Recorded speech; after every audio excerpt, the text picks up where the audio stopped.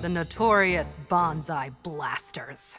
We should have known you were behind this. That's right, coppers! We're not scared of you or your little pea shooters. This museum's treasures are ours for the taking! We shall see. The woman steps forward and unsheathes a real-ass goddamn sword and points it at them. And what of those two? Are these youths also part of your criminal cavalcade? She gestures towards Sylvie and Molly. I hope I am not hit by a gun or a real-ass goddamn sword. Egads! She swore. And I don't feel bad about it. My innocent youth is already being corrupted by bad guy proximity. No! She pours Detective Percy a cup of steaming Earl Grey from the toy kettle. I was expecting the make-believe tea customary of playtime. I don't have time to play around, Detective. What a coincidence. Neither do I. Unfortunately, the group's disorganization and general rapscallyhood makes them difficult to track. I was hoping that you, as their hostage, might be able to give some insight on them, such as their names or preferred extracurricular activities. Epithet Erased. Hey, officer, you! It's the Fuzz! Yes, hello. It is me, Miss Fuzz. Greetings, citizen. You appear to be in an automotive pickle. Please, bask in the glow of my hut. My epithet allows me to construct small buildings that provide aid to those nearby. This apothecary will mend any physical wounds you may have sustained. Not mental wounds, though. It is not a substitute for a licensed psychotherapist. Citizen, I don't mean to alarm you, but I believe I may have just spotted a bonsai blaster. Bonsai blaster, huh? Out here in the woods? That's crazy! I'm going to investigate. I suggest you stay in your car, and if anyone dangerous approaches, disguise yourself as a humble crash test dummy in its natural habitat. Oh, dear. What malaise has befallen this town? Criminals perched upon every stoop? And these buildings appear to contain more termites than wood. Impressive in its own way. Listen well, you reprobates! I am an officer of the law, and as such, I request that you quietly and respectfully form a single-file line and march straight off to jail. Listen, Mr. Police Officer. Miss. Oh my gosh, I'm so sorry. It's quite all right. Continue with your threat. Oh, thank you. Sorry. Numbers are not decisive in battle. One must also consider defenses. As such, I shall construct a wizard tower! Fire! Is everyone all right in there? I thought I heard gunfire. My, this looks like some sort of ramshackle approximation of a police station. How quaint. Perhaps the criminals are working to reform their own habits in their free time. Very admirable. Sheriff, are you aware that several criminals are openly gallivanting about your town? Oh, yeah. And why have you not made any move to arrest them?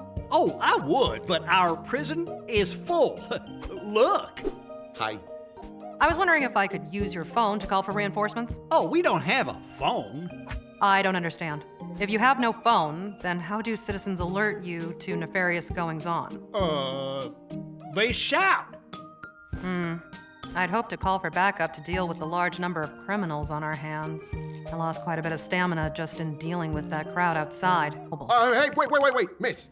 You said you dealt with all of those guys outside, right? I'm not at liberty to disclose that information to a convict. Your cop is showing. Oh, excuse me.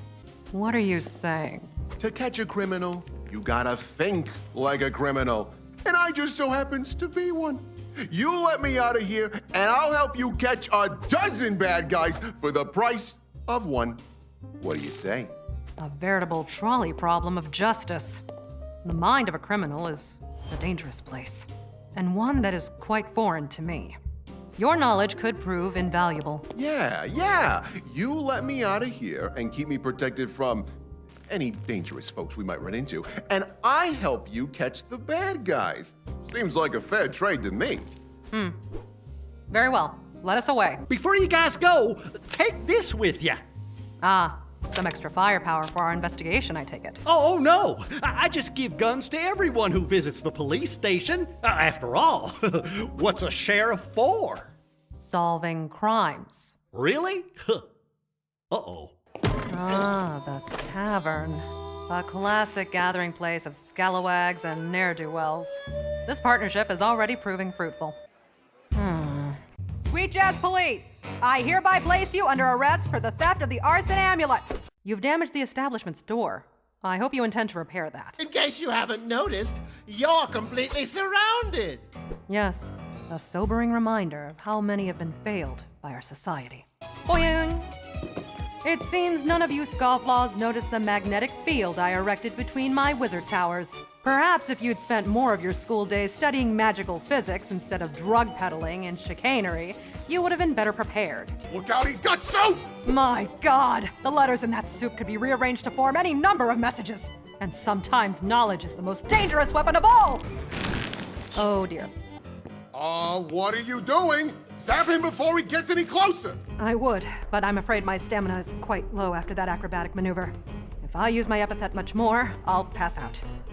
Also, my arm is frozen. That hurts! Goodness, what brand of crayons are those? I certainly hope children aren't buying them. Or worse, consuming them!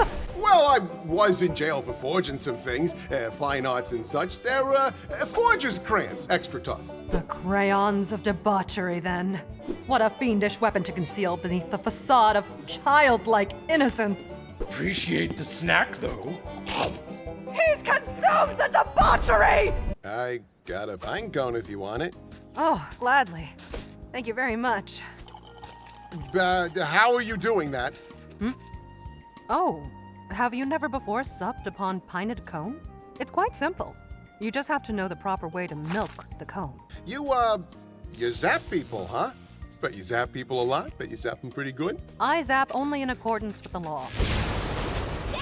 Damn it! And I'm finding that much of this town is unsuited for construction. Take that well, for instance. There's nothing well about it. Ha! A little joke at Grammar's expense. I have now broken the ice. There better not be any water in this thing. We can easily find out the answer to that query to the tune of $1 Canadian.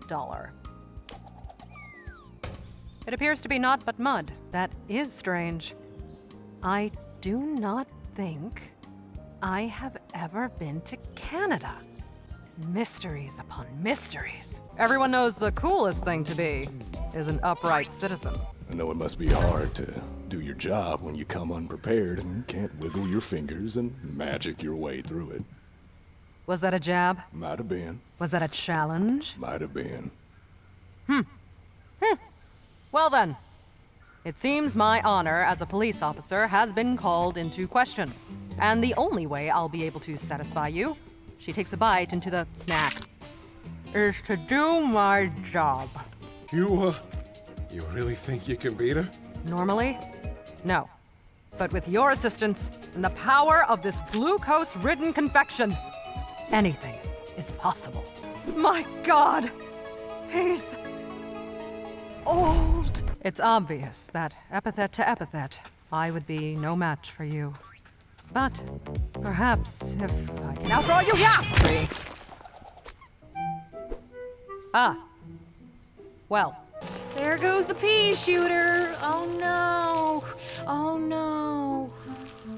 Oh no. That was a gift. Oh, I'm sorry. I actually feel kind of bad now. No, it's fine. He fell in the line of duty. It's how he always wanted to go. Oh, Danny boy. The pipes are calling. All right. Why not? I like your spirit, lady. Let's shake on it. Zora spits in her palm and extends her hand. Percy spits on Zora's palm as well, as a show of good faith. All right, close enough. Remember, Ramsey, you have to dodge the bullets. Yeah, I bet it's real easy when I'm the shield. What weapons do you have on hand? A box of crayons. Excellent. You've already shown off their combat capability. Forward! Ugh, if only we had something that could attack over a distance. I feel like you're missing an obvious solution here. Of course! How foolish of me! She picks up Ramsey's crayons and tosses them at Zora. Face the crayons of crime, villain! What the? Did you just throw a color stick at me? No effect! I suppose one needs a blackened heart to use a blackened weapon. Golden buttocks.